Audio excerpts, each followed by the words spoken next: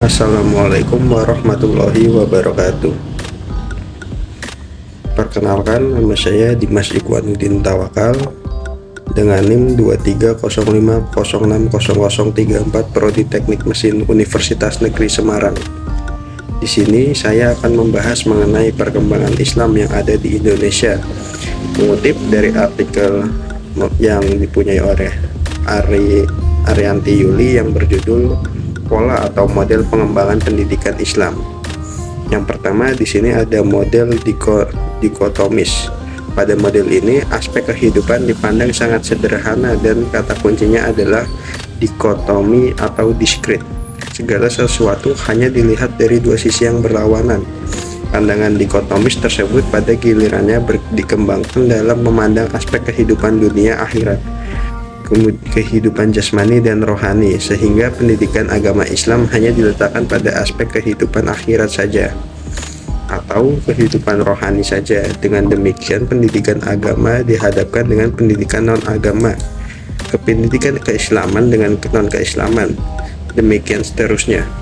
Pandangan semacam itu akan berimplikasi pada pengembangan pendidikan agama Islam yang hanya berkisar pada aspek kehidupan ukhrawi yang terpisah dengan kehidupan duniawi atau aspek kehidupan rohani yang terpisah dari kehidupan jasmani. Atau pendidikan agama Islam hanya mengurusi persoalan ritual dan spiritual, sementara kehidupan ekonomi, politik, seni budaya, ilmu pengetahuan dan teknologi, seni dan sebagainya dianggap sebagai urusan duniawi yang menjadi garapan bidang pendidikan non-agama.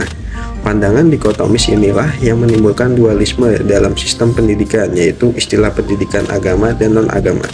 Sikap dikotomi atau dualisme ini terkait erat dengan worldview umat Islam dalam memandang dan menempatkan dua sisi ilmu, yaitu ilm al-diniyah dan ilm ghair al-diniyah.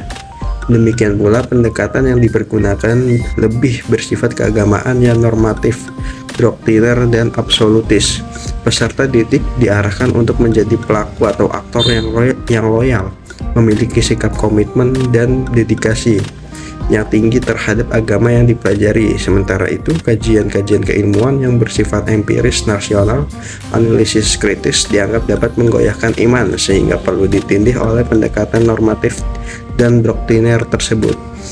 Pola dikotomi yang demikian telah menimbulkan sejumlah efek negatif. Abdurrahman Mas'ud dalam salah satu penelitiannya sebagaimana dikutip Ma'arif menunjukkan bahwa cara pandang yang dikotomi tersebut akhirnya telah membawa kemunduran dalam dunia pendidikan Islam. Di antaranya adalah menurunnya tradisi belajar yang benar di kalangan muslim, layunya intelektual Islam, menggalingkan supremasi ilmu-ilmu agama yang berjalan secara monotonik, kemiskinan penelitian empiris, serta menjauhkan disiplin filsafat dari pendidikan Islam. Nah, lalu ada model mekanisme memandang kehidupan yang terdiri atas berbagai aspek pendidikan, dipandang sebagai penanaman dan pengembangan seperangkat nilai kehidupan yang masing-masing bergerak dan berjalan menurut fungsinya, bagaikan sebuah mesin yang terdiri atas beberapa komponen atau elemen-elemen yang masing-masing menjalankan fungsinya sendiri-sendiri dan antara satu dengan lainnya. Bisa berkonsultasi atau tidak, aspek-aspek atau nilai-nilai kehidupan itu sendiri terdiri atas nilai agama, nilai individu, nilai sosial, nilai politik, nilai ekonomi, nilai rasional, nilai estetik, nilai biofisik, dan lain-lain. Demikian juga proses pendidikan dibutuhkan sistem nilai agar dalam pelaksanaannya berjalan dengan arah yang pasti, karena berpedoman pada garis kebijaksanaan yang ditimbulkan oleh nilai-nilai fundamental. Misalnya nilai agama, nilai ilmiah, sosial, ekonomi, kualitas kecerdasannya, dan sebagainya. Oleh karena itu, jika kita membahas nilai-nilai pendidikan akan jelas melalui rumusan dan uraian tentang tujuan pendidikan. Sebab di rumusan tujuan pendidikan itu tersimpul dari semua nilai pendidikan yang hendak diwujudkan dalam pribadi peserta didik. Demikian pula jika berbicara tentang tujuan pendidikan Islam, berarti berbicara nilai-nilai ideal yang bercorak Islami. Hal ini mengandung makna bahwa tujuan pendidikan Islam adalah tujuan yang merealisasi identitas Islami, sedang idealitas Islami itu sendiri pada hakikatnya adalah mengandung nilai perilaku manusia yang didasari atau dijiwai oleh iman dan takwa kepada Allah Subhanahu wa Ta'ala sebagai sumber kekuatan mutlak yang harus ditaati.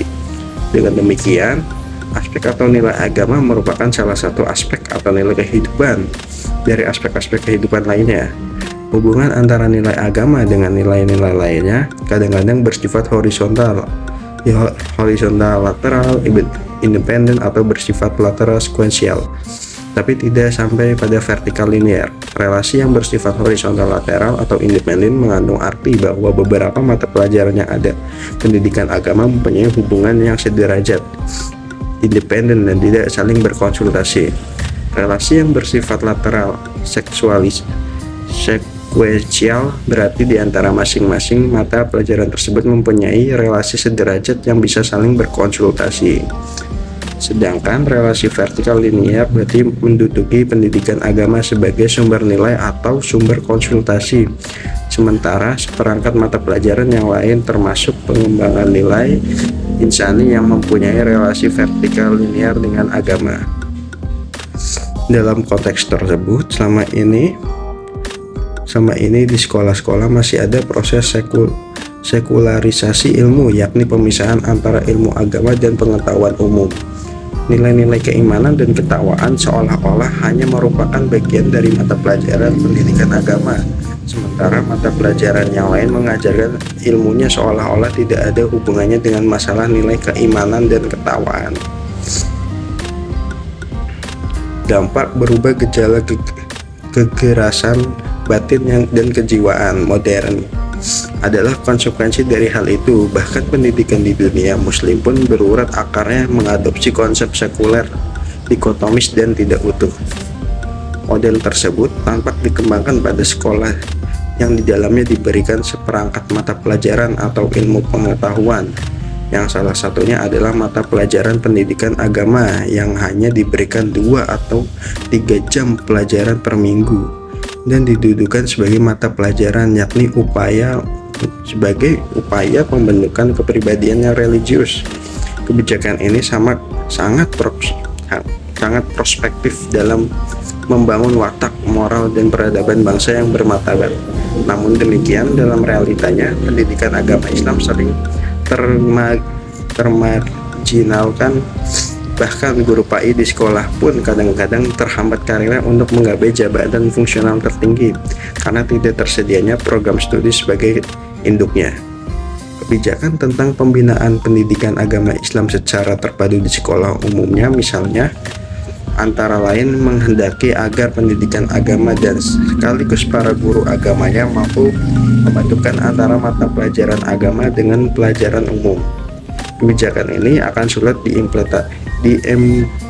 diimplementasikan pada sekolah yang cukup puas hanya mengembangkan pola relasi horizontal, lateral, atau independen. Barangkali kebijakan tersebut relatif mudah diimplementasikan pada lembaga pendidikan yang mengembangkan pola lateral sekuensial. Hanya saja dari kebijakan tersebut adalah para guru agama harus menguasai ilmu agama dan memahami substansi ilmu-ilmu umum. Sebaliknya, guru umum dituntut untuk menguasai ilmu umum atau bidang keahlian dan memahami ajaran dan nilai-nilai agama. Bahkan, guru agama pun dituntut untuk mampu menyusun buku-buku teks keagamaan yang dapat menjelaskan hubungan antara keduanya. Lalu ada model organisme atau sistematik. Meminjam istilah biologi, organisme dapat berarti susunan yang bersistem dari berbagai jasad hidup untuk suatu tujuan dalam konteks pendidikan Islam. Model organisme bertolak dari pandangan bahwa aktivitas pendidikan merupakan suatu sistem yang terdiri atas komponen-komponen yang hidup bersama dan bekerja sama secara terpadu untuk menuju tujuan tertentu, yaitu terwujudnya hidup yang religius atau dijiwai oleh ajaran-ajaran nilai dan nilai-nilai agama. Kesimpulannya, model pendidikan Islam yang cocok diimplementasikan di Indonesia adalah model organisme atau sistemik, dapat diimplementasikan dalam pengembangan pendidikan agama Islam di sekolah. Mengingat kegiatan pendidikan agama yang berlangsung selama ini lebih banyak bersikap menyendiri atau kurangnya berinteraksi dengan kegiatan-kegiatan pendidikan lainnya, cara kerja semacam ini kurang efektif untuk keperluan penanaman suatu perangkat nilai yang sangat kompleks. Selain itu, metodologi pendidikan agama kurang mendorong penjiwaan terhadap nilai-nilai keagamaan serta terbatasnya bahan-bahan bacaan keagamaan.